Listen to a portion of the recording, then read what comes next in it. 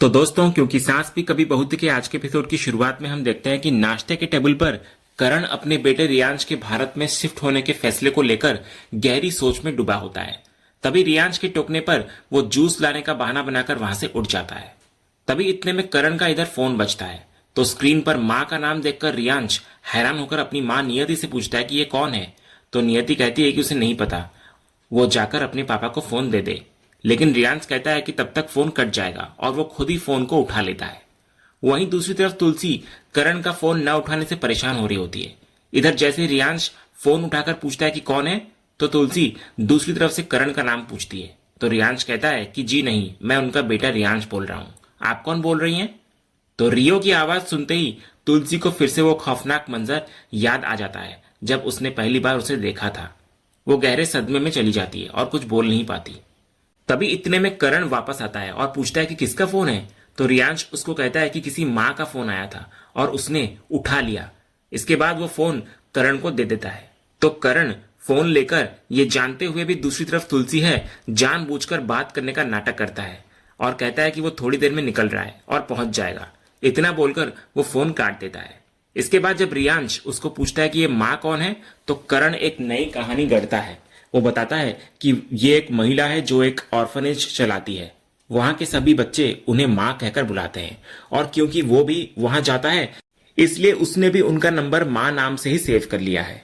यह सुनकर रियांश अपने पिता के इस नेक काम से बहुत इंप्रेस होता है और उनकी तारीफ करता है। वो अपनी माँ से कहता है कि यही वजह है कि वो अपने पिता से इतना प्यार करता है। वो करण से कहता है कि उसे भी ये सब उनसे सीखना है। तो करण इस पर हामी भरता है। इसके बाद करण काम का बहाना बनाकर वहां से जाने लगता है। तो नियति पूछती है कि वो कहाँ जा रहा है।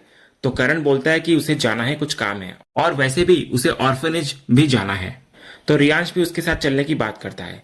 पहले तो करण इस पर घबरा जाता है, लेकिन जब रियांश कहता है कि उसे भी उसी तरफ अपने दोस्त से मिलने कैफे जाना है तो करण उसको अपने साथ ले जाने के लिए तैयार हो जाता है और दोनों वहां से निकल जाते हैं।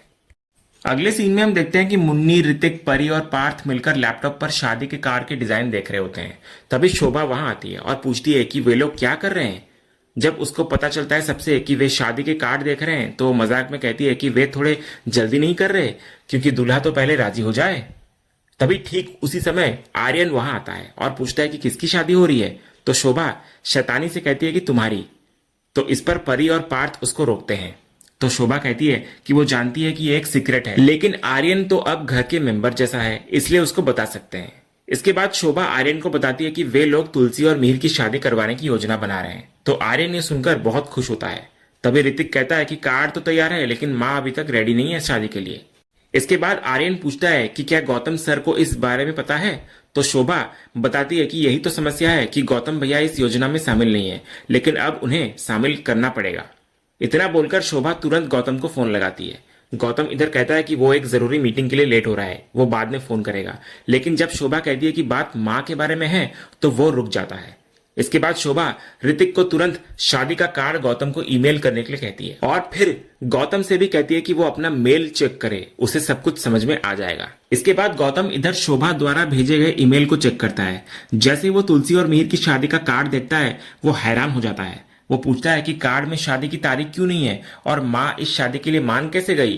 तो इस पर ऋतिक उसको बताता है कि माँ अभी तक मानी नहीं है और ये भी नहीं पता कि कब तक वो मानेंगी, इसलिए उन्होंने कार्ड में तारीख नहीं लिखी है। तो गौतम इस बात से और भी भ्रमित हो जाता है कि उसे शादी का कार्ड भेजा गया है लेकिन माँ को इस बारे में कुछ पता ही नहीं है। तो परी उसको समझाती है कि इसीलिए तो उन्होंने उसे फोन किया है क्योंकि उन्हें लगता है कि सिर्फ वही एक ऐसा इंसान है जो माँ को इस शादी के लिए मना सकता है। शोभा भी गौतम को याद दिलाती है कि माँ उसके कहने पर ही शांति निकेतन वापस आई थी, इसीलिए अगर वो शादी की बात करेगा तो वो जरूर मान जाएंगी। तो परिवार के सभी मेंबर्स के बार बार अनुरोध करने पर गौतम अंत में मान जाता है। वो कहता है कि ठीक है, मैं कुछ करता हूँ। और ये सुनते ही सब लोग खुशी के मारे चिल्ला उठते हैं। अगला सीन एक ट्रैफिक जाम में फंसी कार पर केंद्रित होता है जिसमें करण और रियांश बैठे होते हैं। इधर रियांश मुंबई के ट्रैफिक पर हैरानी जता रहा होता है और कहता है कि ऐसा लगता है जैसे पूरी इंडिया की आबादी सड़कों पर आ गई है। वो अपने पिता से पूछता है कि क्या उन्हें इससे चिढ़ नहीं होती। तो करण कहता है कि अब उसको आदत हो गई है। तभी रियांश माफी मांगता है कि उसे अपने पिता को उसे छोड़ने के लिए नहीं कहना चाहिए था।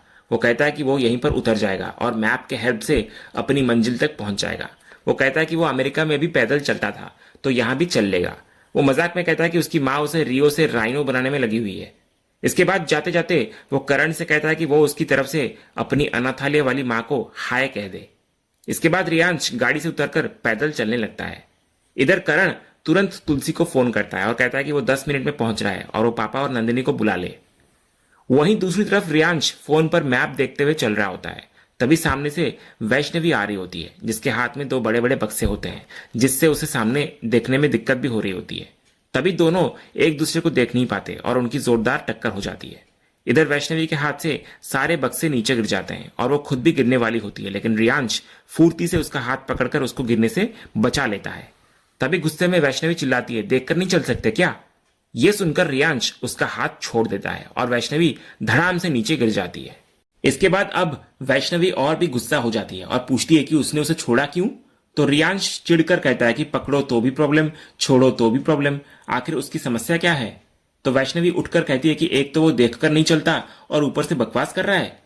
तो रियांश इस पर आसपास देखकर कहता है कि अगर कोई सीसीटीवी कैमरा हो तो वो दिखा सकता है कि गलती उसकी नहीं बल्कि वैष्णवी की थी।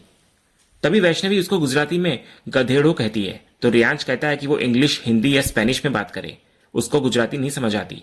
तो वैष्णवी उसकी शक्ल का मजाक उड़ाते हुए कहती है कि टार्जन जैसी शक्ल है और बात स्पेनिश में करनी है। फिर उनकी नोकझोंक और बढ़ जाती है। वैष्णवी कहती है कि उसे शर्म आनी चाहिए कि वो उसकी हेल्प करने के बजाय उससे बहस कर रहा है। तो रियांश कहता है कि वो उसकी हेल्प कर सकता था, लेकिन उसके एटीट्यूड को देखकर अब उसका मन नहीं है। वो उसे सिविक सेंस रखने की सलाह देता है और अपना सामान उठाकर वहां से चले जाने को कहता है। इतना बोलकर रियांश वहां से निकल जाता है और वैष्णवी गुस्से में उसे बेशरम और बदतमीज कहती रह जाती है। उधर दूसरी तरफ शांति निकेतन में तुलसी और मिहिर नंदिनी को रियांश के बारे में सब कुछ बता देते हैं कि वो अंश का बेटा है और करण इतने सालों से उसे और उसकी मां नियति को संभाल रहा है। यह सुनकर नंदिनी कुछ पल के लिए पूरी तरह से खामोश और सुन्न पड़ जाती है। तभी तुलसी नंदिनी की हालत को समझती है और उसको पूछती है कि क्या वो ठीक है। वो कहती है कि वो जानती है कि यह सच जानने के बाद उस पर क्या बीत रही होगी, लेकिन नंदिनी इस सच्चाई को मानने से इनकार करती हुई नजर आती है। वो कहती है कि यह करण की एक और मनगढ़ंत कहानी है जो उसने खुद को सही साबित करने के लिए बनाई है। फिर गुस्से में वो करण के पास जाती है और उस पर बरस पड़ती है। वो पूछती है कि उसकी हिम्मत कैसे हुई उसके साथ ऐसा करने की और खुद को बचाने के लिए उसके अतीत का इस्तेमाल करने की। तभी तुलसी बीच बचाव करते हुए नंदिनी को फिर से विश्वास दिलाने की कोशिश करती है कि करण झूठ नहीं बोल रहा है और उसने खुद उस लड़के को अपनी आंखों से देखा है। तो जब नंदिनी करण की तरफ देखती है तो करण भी हाँ में सिर हिलाकर तुलसी की बात की पुष्टि करता है। तो ये पुष्टि नंदिनी के लिए एक बहुत बड़ा झटका होता है। उसके दिमाग में तुरंत अपने अतीत के वे दर्दनाक पल घूमने लगते हैं जब अंश उसके साथ बदतमीजी किया करता था, उसे छेड़ता था और कहता था कि वो उस आग से खेलना चाहता है। उसे वो खौफनाक मंजर भी याद आने लगता है जब अंश ने उसे किडनैप करके उसके साथ अत्याचार किया था। इसके बाद नंदिनी को अतीत की यादों में खोया देख करण उसको समझाता है। वो कहता है कि इसी डर की वजह से उसने इतने सालों तक ये बात उससे छिपाई, क्योंकि वो जानता था कि वो ये बर्दाश्त नहीं कर पाएगी। वो उसको विश्वास दिलाता है कि वो सिर्फ नियति और रियांश का एक गार्डियन है। वो कहता है कि रियांश सिर्फ अंश जैसा दिखता है, वो अंश नहीं है जो अब इस दुनिया में ही नहीं है। तभी मिहिर भी नंदिनी से कहता है कि वे सब जानते थे कि ये सुनने के बाद उस पर क्या बीतेगी, लेकिन ये सच बताना भी बहुत जरूरी था। तुलसी भी कहती है कि उनका रिश्ता और परिवार टूट रहा था, इसलिए वे उसे सच बताए बिना और क्या करते। तभी ठीक उसी समय उनकी बेटी समायरा वहां आ जाती है। वो सबको एक साथ देखकर पूछती है कि वो लोग क्या कर रहे हैं। फिर नंदिनी की परेशान हालत देखकर वो पूछती है कि क्या वो ठीक है। तो नंदिनी हाँ में जवाब देती है, लेकिन समायरा को उस पर विश्वास नहीं होता। वो करण को पूछती है कि क्या उसने मम्मा को कुछ कहा है। तो करण स्थिति को संभालते हुए कहता है कि सब कुछ ठीक है और वे बस कुछ डिस्कस कर रहे थे। वो नंदिनी से भी कहता है कि वो समायरा को समझाए वरना वो चिंता करने लगेगी। तो नंदिनी समायरा को कहती है कि वो सच में ठीक है। इसके बाद समायरा करण और नंदिनी दोनों को याद दिलाती है कि उन्होंने आज फ्ली मार्केट जाने का वादा किया था। वो कहती है कि आज आखिरी दिन है और अगर वे आज नहीं गए तो ये सीधे नवंबर में लगेगा। तो नंदिनी मना करती है, लेकिन समायरा की बार बार की जिद और तुलसी और मीर के यह कहने पर कि प्रॉमिस तो प्रॉमिस होता है, नंदिनी अंत में मान जाती है। फिर समायरा खुश होकर करण और नंदिनी दोनों को अपने साथ ले जाती है। अगले सीन में फैक्ट्री पर वैष्णवी वही 2 भारी बक्से लेकर आ रही होती है। तो बक्से उसके हाथ से दोबारा गिरने ही वाले होते हैं कि पार्थ आकर उन्हें संभाल लेता है। वो पूछता है कि वो इतने भारी बक्से लेकर कहाँ जा रही थी और अगली बार से उसको हेल्प के लिए बुलाने को कहता है। तो वैष्णवी पार्थ की इस हेल्प से बहुत इंप्रेस होती है। वो कहती है कि वो बहुत अच्छा है और उसको लड़कियों से बात करने की तमीज और मैनर्स है और फिर वो उस गधेड़ा बदतमीज लड़के रियांश की बुराई करने लगती है जिसने रास्ते में उसके साथ बुरा व्यवहार किया था। वो पार्थ को पूरी घटना बताने लगती है कि कैसे वो लड़का उससे टकराया, उसे गिराया और हेल्प करने के बजाय उल्टा उसी को सुनाने लगा। इसके बाद जब वैष्णवी बताती है कि उस लड़के ने उसे पकड़ा भी था तो पार्थ को थोड़ी जलन महसूस होने लगती है। तो वैष्णवी इस पर उसकी टांग खींचते हुए पूछती है कि उसको जलन क्यों हो रही है जबकि वे तो सिर्फ अच्छे दोस्त हैं। तो पार्थ इस पर कोई जवाब नहीं दे पाता। तो वैष्णवी उसको और छेड़ते हुए कहती है कि वो इतनी सी बात भी नहीं कह पा रहा और अपने दिल की बात जुबान पर नहीं ला सकता क्या। तो वैष्णवी की इस चुनौती से पार्थ को हिम्मत मिलती है और वो अचानक कह देता है कि आई लव यू वैष्णवी। लेकिन जब वो ये कहने के बाद मुड़ता है तो देखता है कि वैष्णवी वहां से जा चुकी है। तो निराश होकर वो अपना काम करने लगता है। तभी वैष्णवी जो छिपकर सब कुछ देख रही होती है पीछे से आकर कहती है आई लव यू टू। तो पार्थ हैरान होकर पीछे मुड़ता है और वैष्णवी को देखकर मुस्कुराने लगता है। वैष्णवी भी मुस्कुराती है और फिर शर्माकर वहां से भाग जाती है और पार्थ इधर अपनी जगह पर खुशी के मारे झूमने लगता है। अगले सीन में मिहिर तुलसी को सांत्वना देने की कोशिश कर रहा होता है और कहता है कि सब कुछ ठीक हो जाएगा, वो ज्यादा ना सोचे। लेकिन तुलसी गहरे दर्द में होती है। वो कहती है कि वो कैसे न सोचे जब अंश का बेटा जो हूबहू अंश जैसा दिखता है लौट आया है। वो कहती है कि जीवन हमें वर्तमान में जीने की सीख देता है, लेकिन कोई क्या करे जब उसका भयानक अतीत ही उसका वर्तमान बनकर सामने खड़ा हो जाए। वो कहती है कि वो एक ऐसा अतीत है जो हर रिश्ते पर भारी पड़ेगा और उस लड़के रियांश को भी नहीं बख्शेगा। वो अपनी हिम्मत हार चुकी है और कहती है कि अब उसमें और चुनौतियों का सामना करने की ताकत नहीं बची। तो मिहिर उस पर उसे हिम्मत देते हुए कहता है कि वो ऐसे हार नहीं मान सकती क्योंकि पूरा परिवार उसी से है। तो तुलसी कहती है कि अब उसकी माँ या बा कोई नहीं है जिससे वो सलाह ले सके या जिसके गोद में सिर रखकर रो सके। तो इस पर मिहिर तुलसी का हाथ थामता है और वादा करता है कि भले ही वो माँ या बा की जगह नहीं ले सकता, लेकिन वो हमेशा उसके साथ रहेगा और उसका साथ कभी नहीं छोड़ेगा। तभी तुलसी अपनी पीड़ा व्यक्त करते हुए कहती है कि यह भगवान का कैसा खेल है कि एक तरफ अपने ही बेटे को मारने का अपराध बोध और दूसरी तरफ उसी बेटे के बेटे और उसकी माँ के साथ न्याय करने की जिम्मेदारी।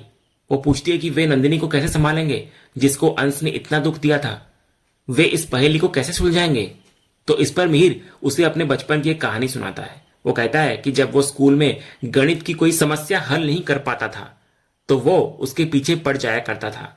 तब बा उसको समझाती थी कि वो उस समस्या के पीछे पड़ना छोड़ दे क्योंकि जितना वो उसके पीछे पड़ेगा उतना ही उलझेगा। बा कहती थी कि समस्या को छोड़ दो, वो खुद अपना हल और रास्ता बताएगी। इसके बाद मिहिर कहता है कि हमें भी इस समस्या के साथ ऐसा ही करना चाहिए। हमें इसे थोड़ी देर के लिए छोड़ देना चाहिए और ये समस्या खुद ही हमें कोई ना कोई हल जरूर देगी। और इसी सीन के साथ आज का ये एपिसोड यहीं पर खत्म होता है। तो दोस्तों, आपको आज के एपिसोड का कौन सा सीन सबसे ज्यादा पसंद आया हमें कमेंट करके जरूर बताएं। अगर आप क्योंकि सास भी कभी बहुत के फैन हैं और कोई भी अपडेट मिस नहीं करना चाहते तो हमारे इस चैनल को सब्सक्राइब करना ना भूलें और बेल आइकन को भी जरूर दबाएं। हम मिलेंगे अगले एपिसोड के अपडेट के साथ। तब तक के लिए धन्यवाद।